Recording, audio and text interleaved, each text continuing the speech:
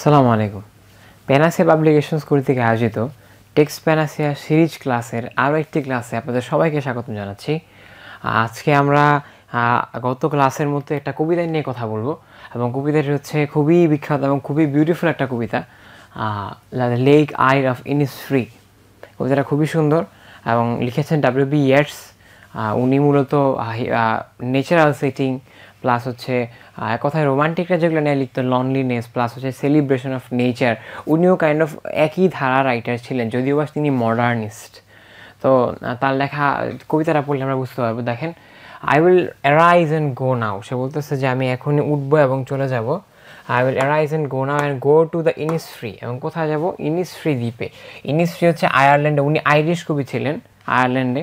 তো আয়ারল্যান্ডে একটা হ্রদের নাম হচ্ছে ইনিসফ্রি হ্রদ এবং ওখানে একটা দ্বীপ আছে, দ্বীপ ওই দ্বীপটা হচ্ছে ওই হ্রদের নামে ইনিসফ্রি দ্বীপ। বলতেছে I will arise and go now and go to Innisfree. ইনিসফ্রিতে চলে যাবো। And a small cabin build there of clay and water. আমি ওখানে যে একটা কিসের কেবিন, যা ছোটো ঘর বানাবো, কুড়ে ঘরের মতো, অফ ক্লে অ্যান্ড ওয়াটার মানে হচ্ছে কাদামাটি এবং হচ্ছে বাঁশ বেত, এগুলো দিয়ে আমি একটা ছোট্ট ঘর বানাবো ইনিসফ্রি দ্বীপে। 9 বিন রোজ উইল আই হ্যাভ দেয়ার। আমি ওখানে যে আমার তো খাওয়া লাগবে, সে ওখানে কী করবে? সে ওখানে 9টা সিম গাছের সারি লাগাবে, মানে এক কথায় সিমের বাগান করবে, বিন গার্ডেন। ওখান থেকে এক কথা সবজির বাগান, বিন দিয়ে হয়তো বা সে সবজি ডিনোট করছে, যে শুধু বিন দিয়ে সবজি বুঝেছে, সবজির বাগান করবে। এবং honey hive for the honey bee. এবং তার ওই বাড়ির পাশে, সবজির বাগানের পাশে কি থাকবে? একটা মৌমাছির মৌচাক থাকবে। এবং সেই ওকে কী করবে? অ্যান্ড লিভ অ্যালোন, আমি একা একা থাকবো। In the bill out Glade, খুবই ইম্পর্ট্যান্ট একটা ফ্রেজ। বিল আউট গ্লেড মানে হচ্ছে, এই গ্লেড মানে হচ্ছে বনের ফাঁকা জায়গা। আমাদের বইয়ে ওয়ার্ড মিনিংয়ের যে পার্ট, ওয়ার্ড মিনিংয়ের পার্টে কিন্তু এই গ্লেডের একটা সুন্দর ব্যাখ্যা উপস্থাপন করা আছে, আপনারা দেখে নিতে পারেন।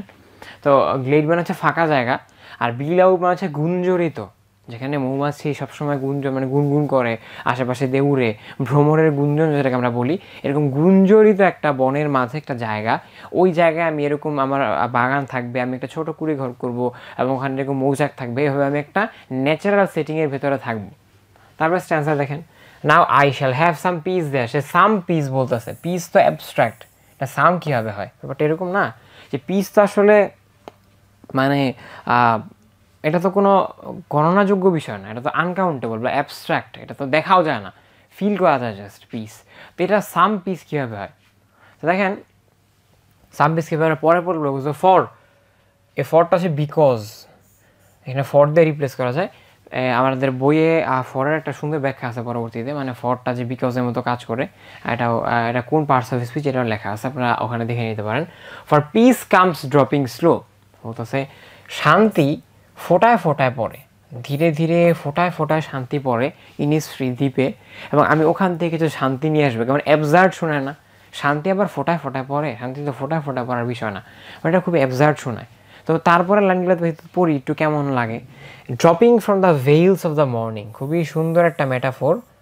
সকালের পর্দা, সকালের আবরণ, সকালের আবরণ থেকে নাকি ফোটায় ফোটায় শান্তি পড়ে। Dropping from the veils of the morning to where the cricket sings, যখন যেখানে কি করে? ঝিঝি পোকা ডাকে। ঝিঝি পোকা, ক্রিকেট মানে ঝিঝি পোকা, ঝিঝি পোকা একদম সকালে ডাকে, সূর্য ওঠার একটু আগে, এবং হচ্ছে সন্ধ্যাবেলা ডাকে, দুইটার সময় ঝিঝি পোকা বেশি ডাকে। তো বলতেছে যে যখন একদম মানে ভোরে সকালের পর্দা থেকে ফোটায় ফোটায় শান্তি পড়ে, আমি ওখান থেকে শান্তি নিয়ে আসবো। I shall have some piece. তো এটা কিন্তু অ্যাবসার্ড শুনেলেও উনি কিন্তু আবার এতটা অ্যাবসার্ড না যে এটা এমনি বলে দিবে। এই পিসটা মূলত এটাকে বলা যায় কি বলতো? ডিউ, মানে হচ্ছে আমরা যে শিশির বলি না, ডিউ, শিশির, এটা হচ্ছে শিশির। মানে এক কথায় একদম সকালে, সকালে তো ভোরে মানে একদম সূর্য ওঠার আগে তো ফোটায় ফোটায় শিশিরই পড়ে, এবং সে শিশির নিয়ে আসবে, কারণ শিশির সবসময় সাহিত্যে অথবা সব জায়গায় একটা নেচারাল সৌন্দর্যের বিষয় হিসেবে উল্লিখিত হয়ে আসছে যুগ যুগ ধরে। শিশির কিন্তু খুব সুন্দর হয়, যখন সকালে সূর্যটা উঠে তখন এই যে ঘাসের ডগায় শিশির থাকে না, খুব সুন্দর লাগে, গ্লিটারিং বলা হয় এটাকে, যে চকচক করে মনে হয় যে এটা হীরা। তো এই সৌন্দর্য, এই পিস, এই যে দেখতে শান্তি পাওয়া যায়, এই শিশিরগুলোকে সে কালেক্ট করবে তার ওই সকালবেলা, তার যে ঘরের চাল থেকে যখন ফোটায় ফোটায় শিশির পাবে তখন সে এটা কালেক্ট করবে। There midnight is all a glimmer, এই তিনটা লাইন, তিনটা পার্ট, এই কবিতার সব থেকে সুন্দর লাইন, সব থেকে সুন্দর আমার মতে মনে হয়েছে এটা সব থেকে সুন্দর লাইন, এবং সব থেকে সুন্দর ডেসক্রিপশন কিসের? ঋতু না কালের, সময়ের, যে দিনের 3টা সময় কত সুন্দরভাবে কেউ উল্লেখ করতে পারে, এটা একটা বড় এক্সাম্পল হচ্ছে এটা, যে ছোট ছোট ওয়ার্ড মিনিংয়ে দিনের সময়গুলোকে কি সুন্দরভাবে একজন উপস্থাপন করছে। এটা খুব সুন্দর ভিজুয়াল ইমেজারির উদাহরণ, এটা একটা খুব ইম্পর্টেন্ট ইমেজারি। আপনারা যদি আমাদের ফিগার্স অফ স্পিচ পার্টটা দেখেন তখন দেখবেন যে ইমেজারির পার্টে এগুলো খুব সুন্দরভাবে উল্লেখ করা আছে। এখন দেখেন, there midnight's all a glimmer and noon a purple glow and the evening full of linnet's সুইং। বলতেছে there midnight is all a glimmer. Glimmer মানে মৃদু আলো, টিমটিমে আলো বলা হয় এটাকে, যে একদম নিভু নিভু আলো, অল্প একদম ছোটো কুপির আলো। আপনারা যদি মোমবাতি জ্বালান, শেষ হয়ে আসার আগে যে ছোট্ট একটা আলো জ্বলে, এটা হচ্ছে একদম নিভু আলো বা মৃদু আলো, যে আলোটা গায়ে লাগে না, খুব খুব গায়ে, যেমন সূর্যের আলো যেটা গায়ে খুব ধরে, চাঁদের আলো কিন্তু আমাদের গায়ে ধরে না। তো বলতেছে মধ্যরাতটা এরকম নিভু আলো বা স্নিগ্ধ আলোয় ভরপুর। তার মানে বোঝা যাইতেছে কি, দেখেন তো ইমেজারি কি, চোখের সামনে একটা চিত্রকল্প ভেসে ওঠে, একটা কল্পনা ভাসে যে আচ্ছা এটা বোধহয় এরকম। আপনারা যখন মধ্যরাতে উঠেন দেখবেন যে যখন একদম পুরা পূর্ণিমা থাকে, যে আশেপাশে সব দেখা যায় চাঁদের আলোতে, মৃদু হালকা হালকা দেখা যায়, আবার আলোটা কিন্তু গায়ে খুব লাগেও না, খুব মৃদু একটা আলো, ঠান্ডা একটা আলো। তো বলছে midnight's all a glimmer, মিড নাইটটা সম্পূর্ণ কীরকম, মৃদু আলোয় ভরপুর।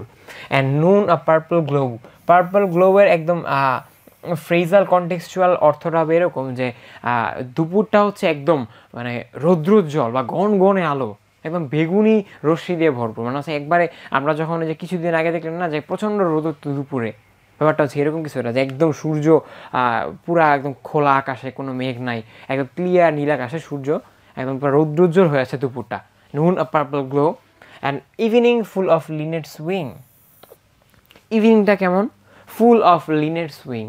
এখন লিনের পাখি হচ্ছে ওই যে বাঙালি কোকিল, কোকিলের কাউন্টার পার্ট বলা যায়, মানে ওই দেশে, তার দেশে, যে যখন কি করে লিনের কি করে, খুব সুন্দর গান গাইতে পারবে, ডাকতে পারে। তো বলতেছে evening full of linnet's swing, লিনের পাখি। তো বিকালটা লিনের পাখি ডানা দিয়ে ভরপুর, ডানা দিয়ে। এটাতে কি বোঝায়, আপনারা কখনো অতিথি পাখি দেখছেন? তো অতিথি পাখির ঝাঁকটা যখন প্রথম বাংলাদেশে আসে তখন দেখবেন এক একটা ঝাঁকে লাখের উপর পাখি থাকে। যখন একটা লেকে তারা নামে দেখবেন, যখন আকাশের উপর দিয়ে উড়ে যায় মনে হয় পুরো আকাশটাই পাখি দিয়ে ভরা, মাথার উপর টোটাল আকাশটাই পাখি আর পাখি, এরকম মনে হয় যে পাখির ডানাই দেখা যায়, কিছু দেখা যায় না। তো এই সিনারিওটা একটু কল্পনা করেন যে বিকালটা সামনে এত পাখি, যে পাখি দিয়ে এত ভরপুর, পুরো আকাশটাই মনে হচ্ছে পাখি, ফুল অফ লিনেড সুইং, লিনেডটা ডানাই দেখা যায় আমার চোখের সামনে। বিকালটা বিকালটা একবারে হাস্যোজ্জ্বল, রৌদ্রোজ্জ্বল, পাখিরা তাদের ঘরে ফিরে যেতেছে, হ্যাঁ, হ্রদের পাশ ধরে। তো এটা কিন্তু খুব সুন্দর একটা সিনারিও, একটা ইমেজারি। তো এই জন্য এই 3টা লাইনের জন্য, এই 3টা পার্টের জন্য তো কবিতাটা খুবই বিখ্যাত এবং আমার কাছে খুবই ভালো লাগে। এবং এখান থেকে প্রশ্ন হওয়ার সম্ভাবনা আছে যে বলতে পারে যে ইভিনিং ফুল অফ লিনেড সুইং is an example of what, hyperbole, imagery নাকি মেটাফোর নাকি সিমিলি, আসতে পারে এরকম। তারপরে তখন ইমেজারি দেখাবেন। তারপরে দেখেন I will arise and go now, আবার সে বলতেছে কি আমি এখনই উঠবো, চলে যাব। এতক্ষণ সে যা বললো ওখানে সে আসলে যায় নাই, সে এতক্ষণ যা যা বলছে এখনও সে যায় নাই, না যেই সেগুলো বলতেছিল। এখন সে আবারও বলতেছে I will arise and go now, আমি এখনই উঠবো, চলে যাব। For always night and day I hear lake water lapping with low sound by the shore. খুব সুন্দর alliteration, lake water lapping with low sound, লয়ের একটা রিপিটিশন, খুব সুন্দর একটা এলিটারেশন এক্সাম্পলের লাইনটা আমাদের বইয়ে উল্লেখ করা আছে, এটা ফিগার্স অফ স্পিচ পার্টে। বলতেছে যে দিন রাত সবসময় আমি ওই যে ইনিসফ্রি হ্রদের পানি দ্বীপে এসে যে আঘাত হানছে এবং একটা পানির আওয়াজ হয়, সুন্দর একটা মৃদুমন্দ একটা আওয়াজ, মধুর একটা সুর, এটা সবসময় আমার মনে বাজতে থাকে এবং এই জন্য আমি ইনিসফ্রি দ্বীপে চলে যাব এখনই।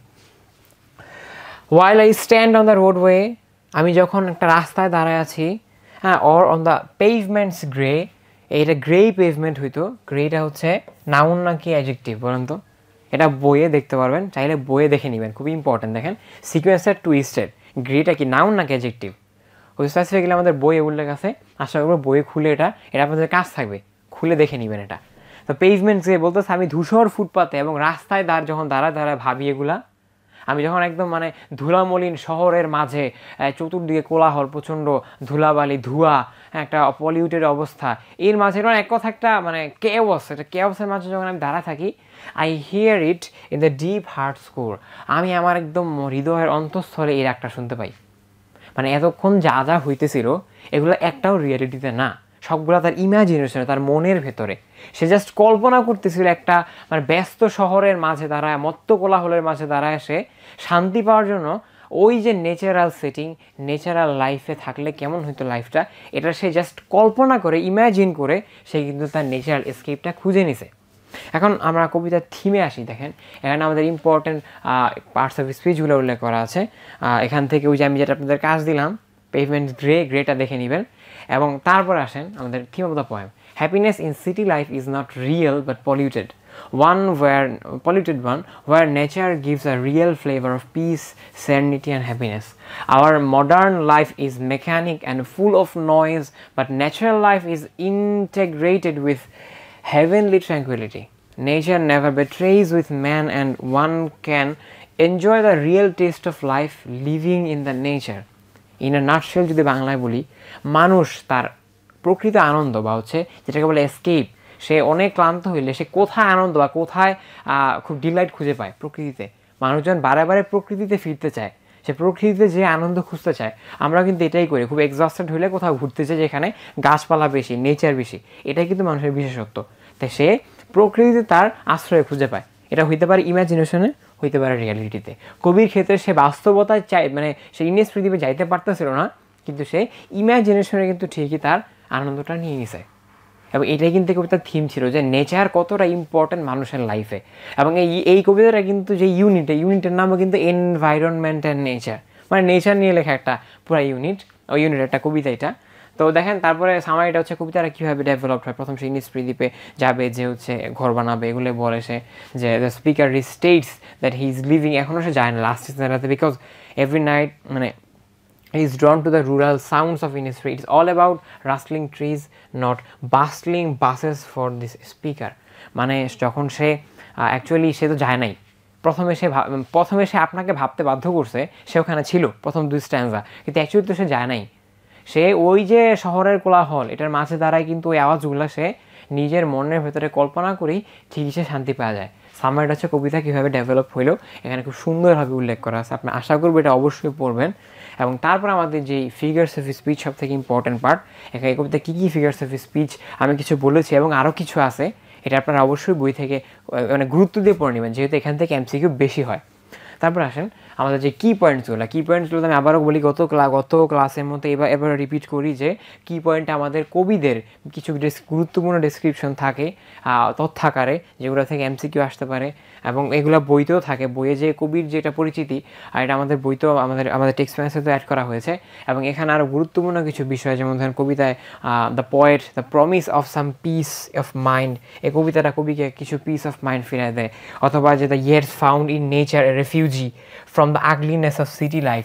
হ্যাঁ, একদম পেভমেন্ট গ্রে, ধূসর পেভমেন্ট, ধূসর মানে কি ধুলামলিন, অনেক বেশি মানে পুরনো বা হচ্ছে এক প্রকার ওয়ারি, আচ্ছন্ন, এরকম একটা শহর বা সিটি লাইফ থেকে বের হয়ে এসে ইনিসফ্রির ফুল অফ লিনেটস উইং এরকম ইভিনিং দেখে, এটা কিন্তু কাইন্ড অফ একটা আশ্রয় নেয়া, প্রকৃতিতে আশ্রয় নেয়। তো এরকম গুরুত্বপূর্ণ ইনফরমেশনগুলো কিন্তু আমাদের কি পয়েন্টসের যে পার্টগুলো এগুলোতে অ্যাড করা আছে। এবং অ্যাট লাস্ট আমাদের ওই যে গুরুত্বপূর্ণ পার্ট এক্সারসাইজ পার্ট প্রতি কবিতাতে প্লাস প্রতি টেক্সটেই থাকে এবং আমাদের বইতে এরা খুবই মানে তথ্যবহুল এবং হচ্ছে অ্যাকুরেট উত্তরের সাথে সংযুক্ত করা হয়েছে।